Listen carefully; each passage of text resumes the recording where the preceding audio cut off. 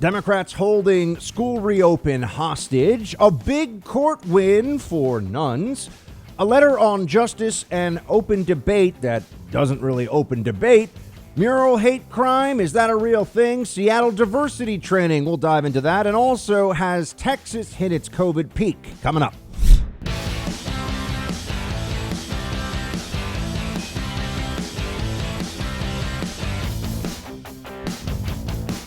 Now it's time to be open. It's time to stay open, and we will put out the fires as they come up, but we have to open our schools. It's so important to open our schools. And what you said from a psychological standpoint with respect to staying home any longer, you can't do it.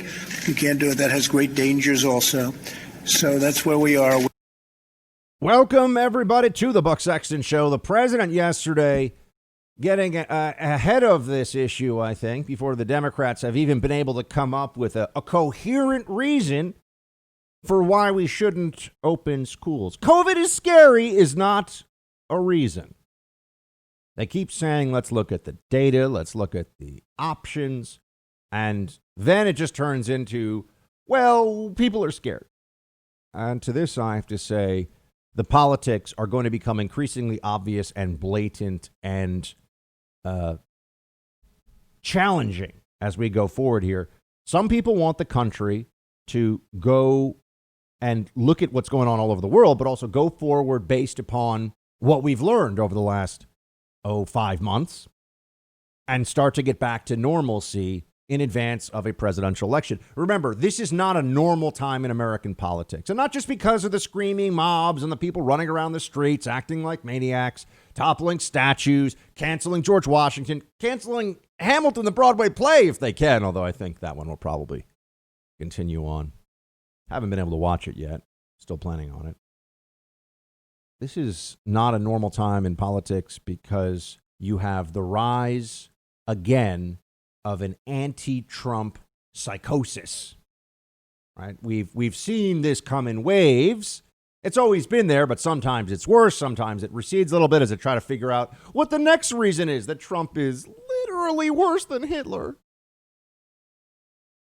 But now schools has become the left's Maginot Line. We all know what happened to the Maginot Line, but the schools have become one more thing, one more hurdle, a hostage that they will take to prevent a sense of normalcy from coming back and prevent the economy from really going. I don't hear anyone else saying this, and it needs to be said a lot more by far more people. We are not in reopen. We are in less severe lockdown. We have not returned to normal. We're not seeing all the spike in cases happening because everyone's just living their lives. Large amounts of public accommodation, all kinds of industries are still either shut down or restricted, depends on the state you're in. We're not opened up, and now we're trying to figure out, how do we deal with all these reckless decisions we've made to reopen? No, we've barely begun to peek out into the sunshine after being locked in this dungeon of leftist and expert insanity for months. And we all know what the stakes are. We all know what they're trying to do. If kids don't go back to school, the parents are going to be in a very different position when it comes to their jobs and just their sense of, are we going to get our lives back or not? And Democrats understand that they have three big incentives to prevent school from reopening, none of which have anything to do with health, right?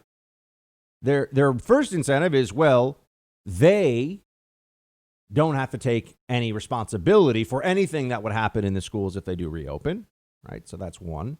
Two, they like the power that they currently have, whether we're talking about governors or mayors. Shut it down, do what I say. And then they'll make special exceptions for, pet projects of liberals or things that the left wants, activism. Those things are fun. No singing in church in California, but gathering together as a bunch of lunatic protesters screaming about how you want socialism, defund the police. That's fine. They're fine with all that. So the third one, of course, is the most obvious one, which is that it hurts the chances that the Republicans have to take control of the House, to maintain control of the Senate, and for Donald Trump to win re-election. So that is, when we're talking about the motivation to pretend that we don't know that schools can reopen, I've just laid out for you. That's why it's not reopening. So there's some degree of cowardice from politicians because they don't want to say, hey, look, it's not going to be perfect, but life isn't perfect. Let's reopen and have that decision on their plate. They want to maintain control and they want to defeat Trump. What would their incentives be for reopening?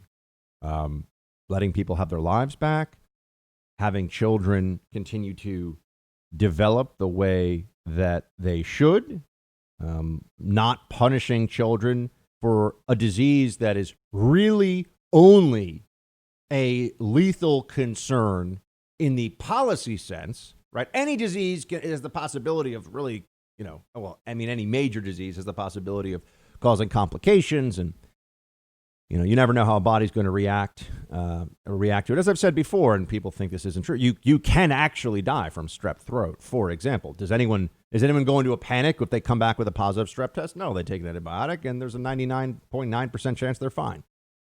But you could theoretically die from it if it was untreated. You could die from cutting yourself shaving, or shaving, for the ladies, shaving in the shower, right? I mean, you could get a MRSA infection, and that's all she wrote, right? You're done.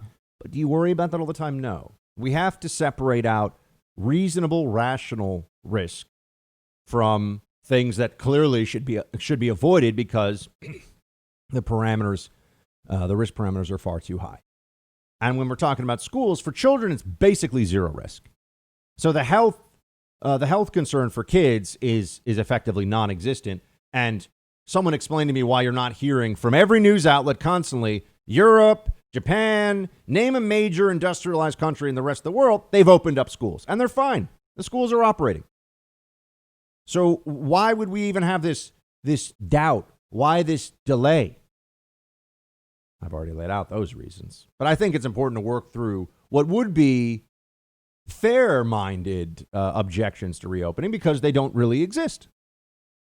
Oh, the teachers' unions, of course, which is really just a Democrat vote operation, right? The teachers' unions are completely overrun with what are essentially DNC operatives and socialists, and they want to demand more. And right now, they've got a situation where they can say, hey, okay, maybe we reopen, but, maybe we got to work a little more on those contracts on the back end, get a little more special something, a little sweetener for our retired teachers' workforce. That's usually how the game is played. So they want stuff. And I saw on TV, was it the American Federation of Teachers, Randy Weingard? It's always the same thing. It's always... She's very smooth. She's very good at just saying, we just want parents to have everything they need, kids to have everything they need, and teachers to have everything they need. No, it's really just get the teachers a lot of stuff and make sure the unions are powerful and supporting Democrats. The kids and the parents are always a secondary consideration at best. Nobody really cares all that much in the teachers' unions about the product here, which is education for children.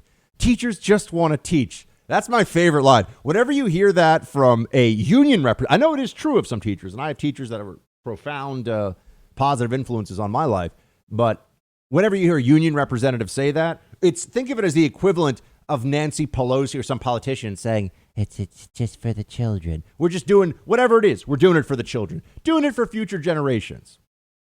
Whenever a politician tells you that you have to make a decision you don't want to for your safety or for future generations, you should be on high alert. You should think this is probably BS because it almost always is, or at least is partially BS, is exaggerated, is taken beyond what a fair-minded argument would be. So that then brings us to, well, what are the downsides if we don't open, which I think it's important for us to understand that. It's important for us to know that there will be consequences. It's not like we just stay home and all the kids will catch up and everything will be fine. Play clip 13, Mark. We can't let our kids fall behind academically, but also, Brett, you're a parent. You understand that it's far beyond academics that millions of families rely on our local schools. Many of our children that struggle with emotional challenges or disabilities, they receive those services at school. Add into that nutrition, add into that other ways that we serve our kids. It's absolutely essential that we get back to school, and the president's going to continue to focus effort on that. Look, we all need to be very clear that the public school system in this country largely operates in many places as a provider of social services to children. And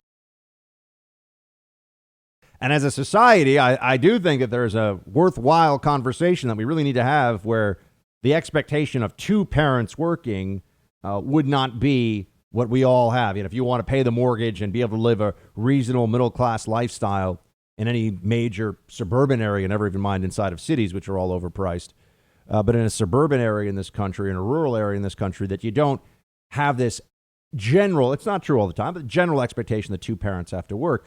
But this is the society that we've all been pushed into. This is what we've been handed.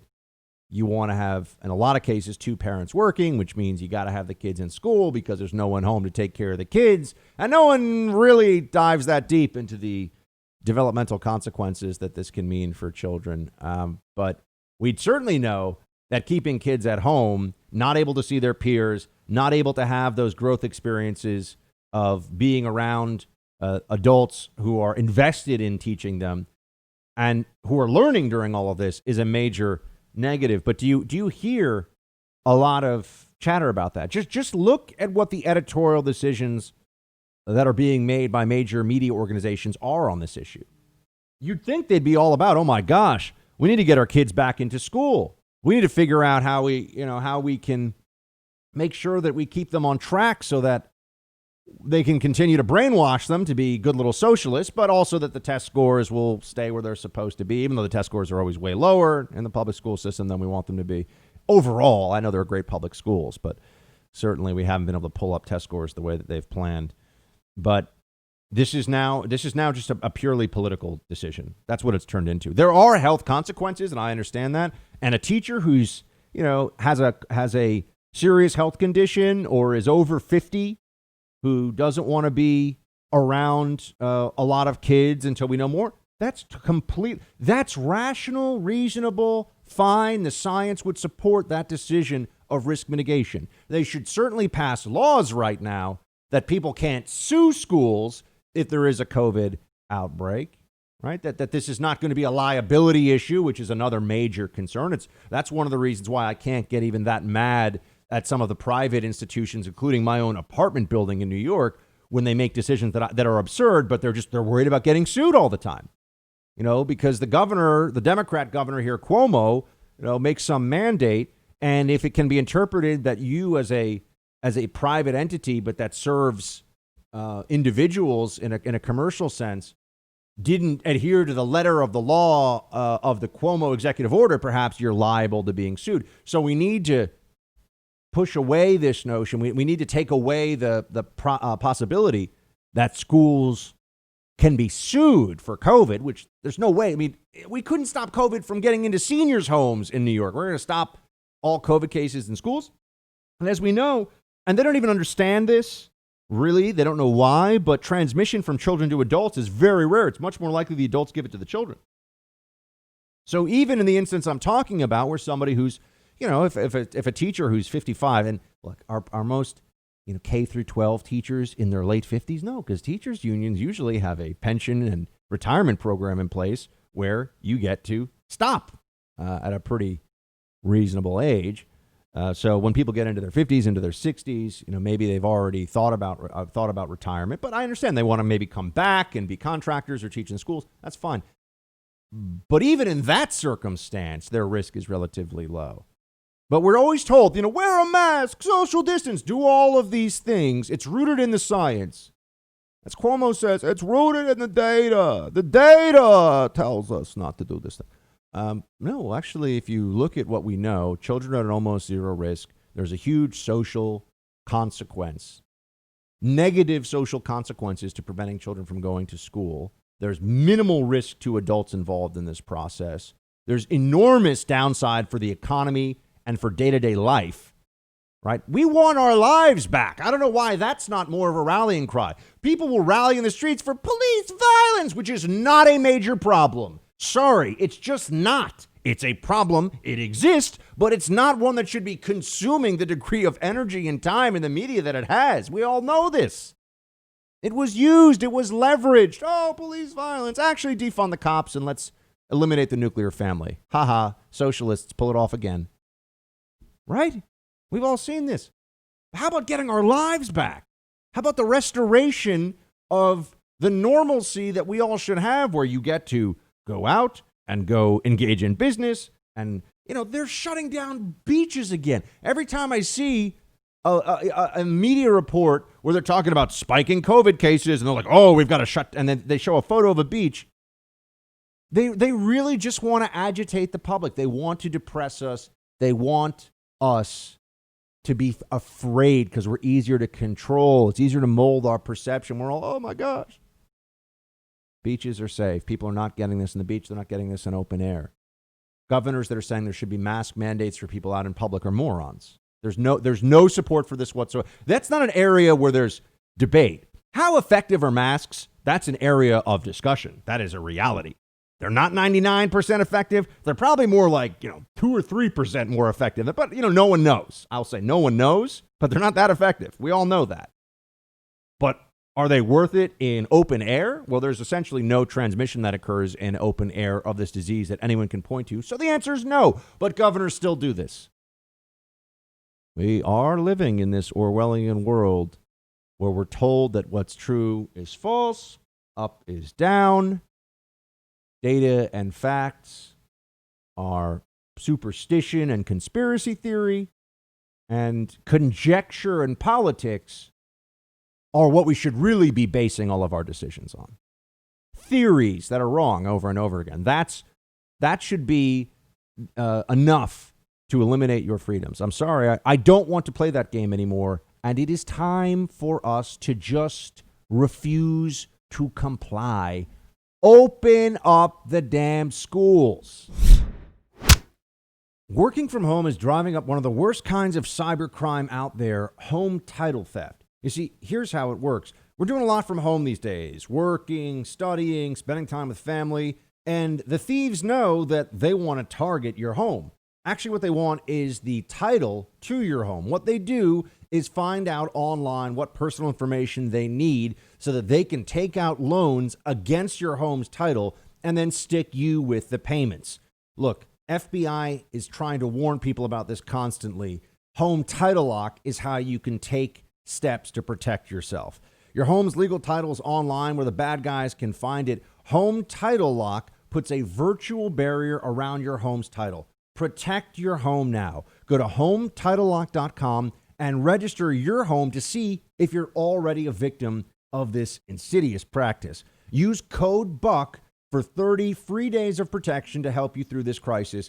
That's code BUCK at HomeTitleLock.com. Again, HomeTitleLock.com. Put a virtual barrier around your home's title. Be safe. Try this.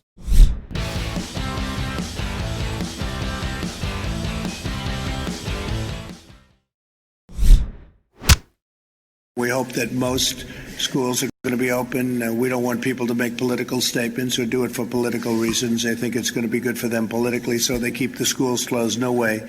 So we're very much going to put pressure on governors and everybody else to open the schools, to get them open.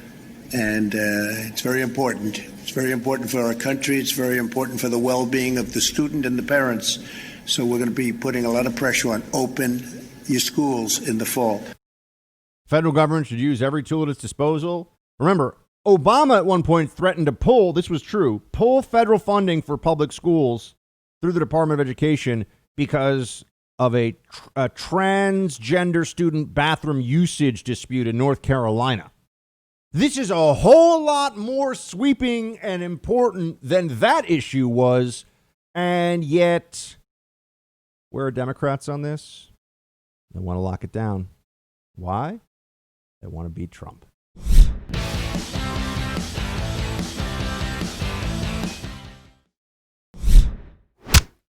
Are public schools ready to open in September? You can see why we are supporting Joe Biden over Donald Trump. Did you hear the word he didn't use? Safely. Safely. There's no one that wants their kids back with us more than teachers. Maybe their parents beat us out there, but we want to open it safely. We see what happens when they let bars open prematurely, and you saw those young adults in there in that nice little bar, and they went home and they infected everybody around them. This isn't a bar. We're talking about second graders. I had 39 sixth graders one year in my class. I double dog dare Donald Trump to sit in a class of 39 sixth graders and breathe that air without any preparation for how we're going to bring our kids back safely. Blather. You notice how it's just a lot of, I'm like really emotional and teachers love the kids and I double dog dare Donald Trump to. Okay, National Education Association President Garcia, let's talk about this for a moment, shall we? Let's work backwards. Donald Trump is over 70 years old. How many of the people teaching second graders are in their 70s across the country? Less than 5%, less than 1%, less than 1/10%. I'm sure there are some, but it's a really small number. People over 60, we have data now. The scaremongering, oh my gosh, anyone gets this and it's going to ruin them.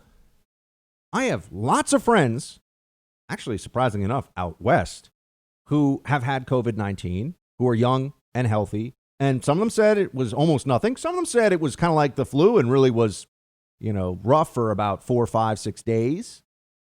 But they've survived. They're okay. And they're done. That is the reality for 99% of people who get this.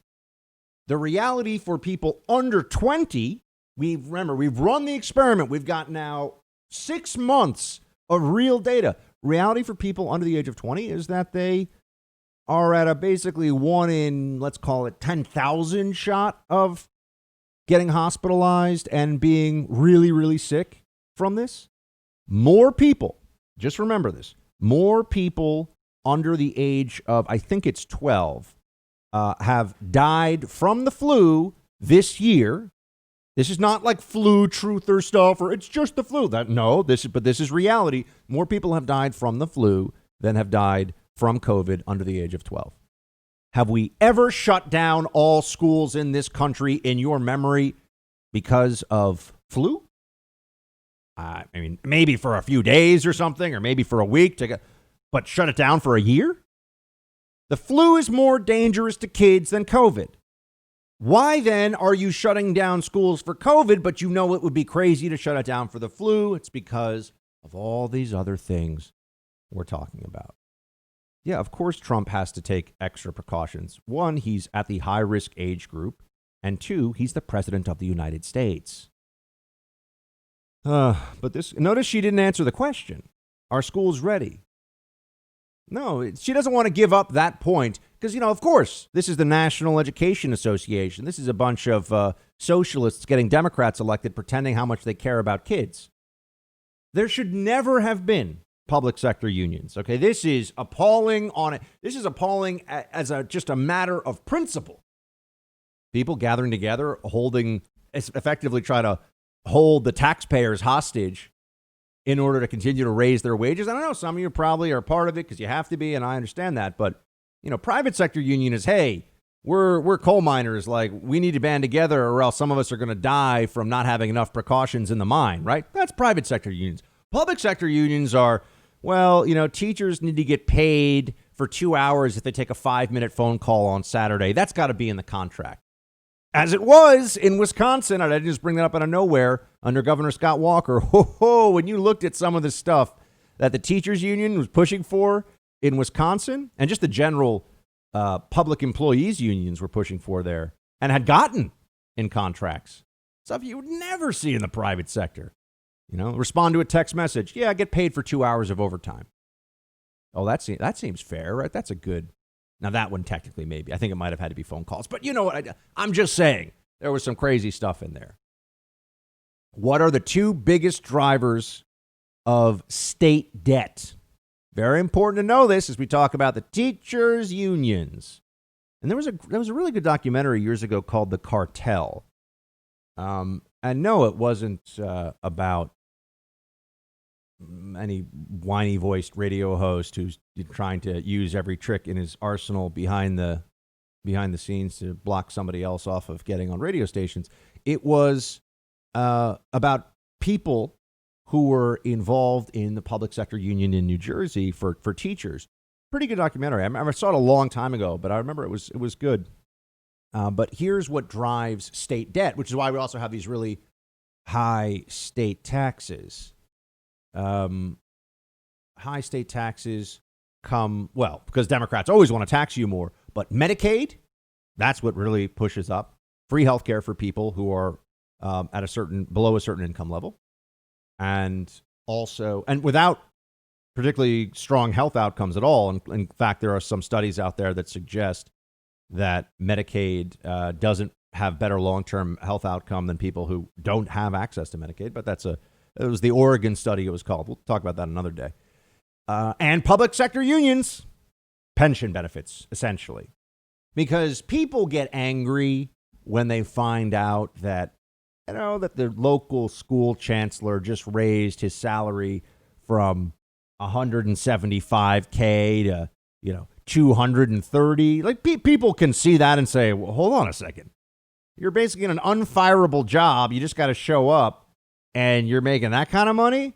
So that's a little bit, but that still happens. There are people that make a ton of money all over the place you just got to look for it in the public sector. Involved in education, of course. Education bureaucrats, this is the other part too. You have to separate out the education bureaucrats from the teachers, right? And the teachers are doing real work. Some of them are great. Some of them are terrible, like any profession. But teachers are doing important stuff. We all know that. I love teachers. I have friends who are teachers and so on and so forth, right? I'm always talking about how I generally love cops. I love teachers too. They're doing important stuff. We need them. Okay. Do we need like the third assistant vice chancellor for educational inclusion and diversity in the district of whatever? Probably not.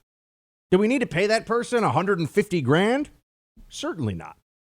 But that still happens. But what's even more, if you want to know where all this really gets expensive and puts a huge burden on you, those of you who listen to this, who own a home and are paying taxes on that home every year. Remember, you're renting your home from the government, even if you own it.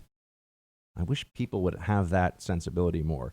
You never really, if you live in a state where you're taxed for your home, you never really own your home. You are renting your home from the government after you've paid off renting it from the bank. Or, well, you do that at the same time, of course, but then you continue to rent it from the government. The government will take it from you. You don't keep paying them. So you don't really own your home.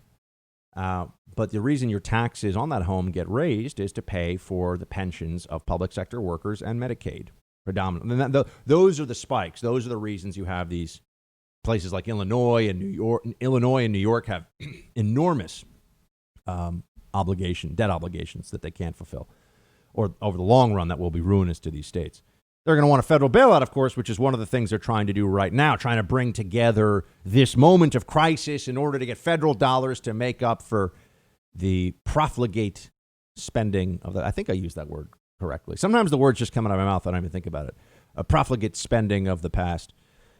So that's where we are on that. So I just want to note that when they're saying, oh, would Trump sit? That's a stupid argument. It doesn't make any sense. And kids are not adults in bars. Adults in bars can be 50 years old, have diabetes, and a history of asthma. Children and in that case, yeah, if they get COVID, that's really bad. That's really scary. The people in my life who are seniors, I am much more cautious and careful around them, limiting time, limiting duration than with people who are in their 20s or 30s. Because I'm looking at the data. But the way that we're being told the public health experts want us to live our lives, we're all supposed to act like there's no difference here. We're all equally, the equality obsession of the left, not just equality of opportunity, equality of ends, equal, but actually always unequal because of historic oppression and injustice. And so they want to equalize that by making some of us less equal than others. But I know I'm starting to get dizzy just thinking about how the libs think about things. Makes no sense. They want to treat us all like we are equally at risk from this disease and make us all live under that oppressive regime when it's just not true. It's just not true. The truth doesn't really seem to matter to them very much these days, does it?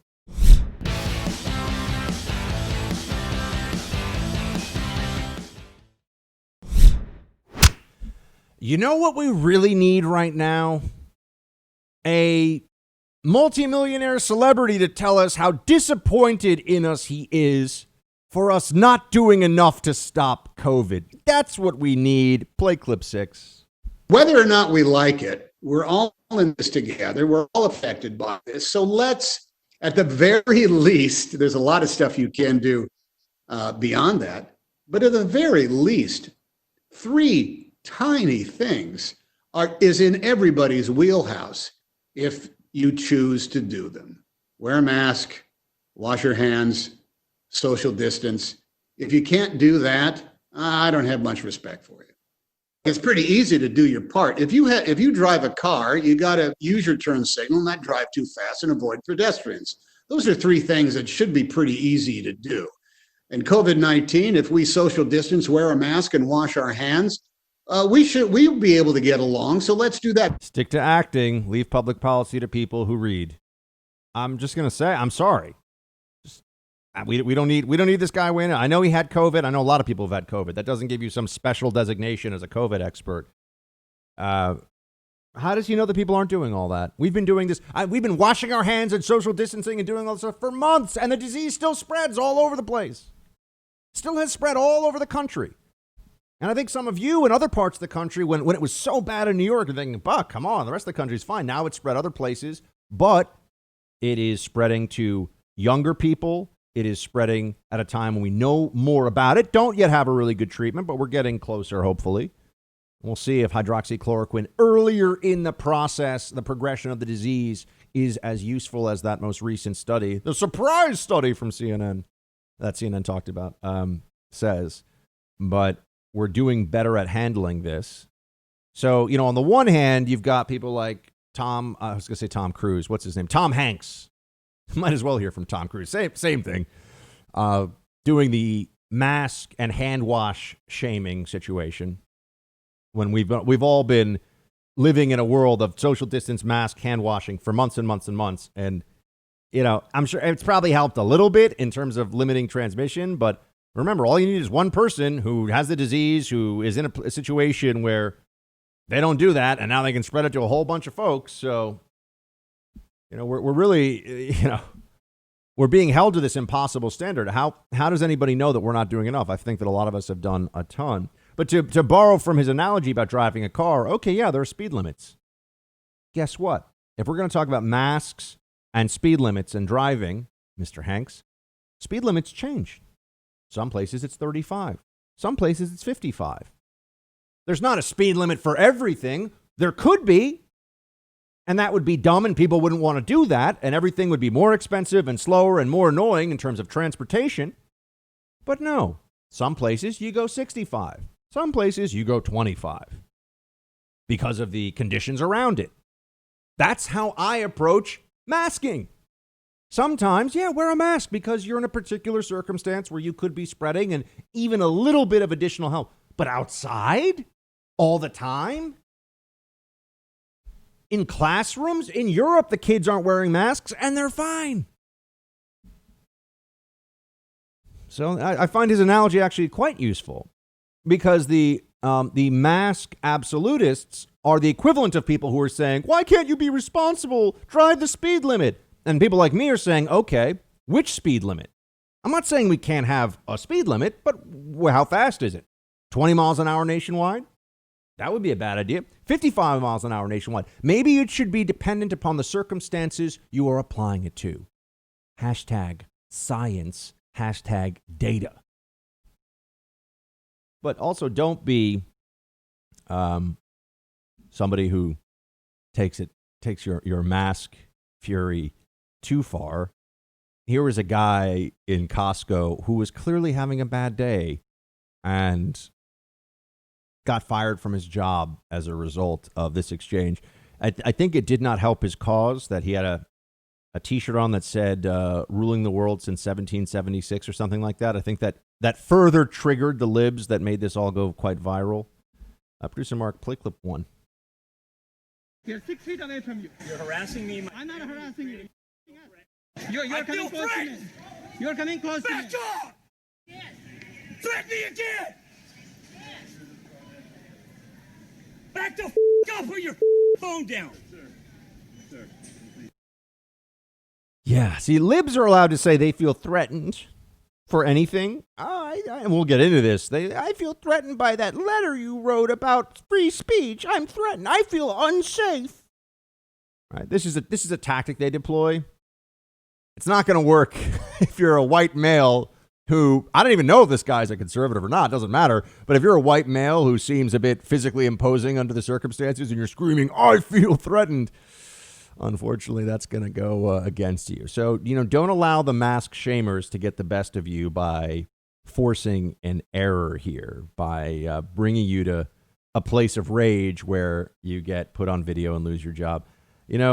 People love to do this thing now of catch individuals in their worst moments on video and have it go viral, and this public shaming that comes along with it. It's I don't know how we ever make this go away. I don't think it is. But here's the one part of it that if there is a silver lining or some aspect of it that we can say is good, at least it means that every single person listening to this, that the things I'm talking about with cancel culture and the consequences of the socialist absolutism that is now dominant in all of our major cultural institutions in this country in some way, that and the HR departments have been overtaken by this. And that just goes to show you it affects you. This isn't just for the people, the politicians and the media people that are making this argument in public or who are public figures. What used to be a concern of public figures is now a problem for every single person listening to this all over the country. I can't say all over the world necessarily, but all over the world too, because they'll come after you as an American online, even if you live over in South Korea or the Czech Republic or wherever.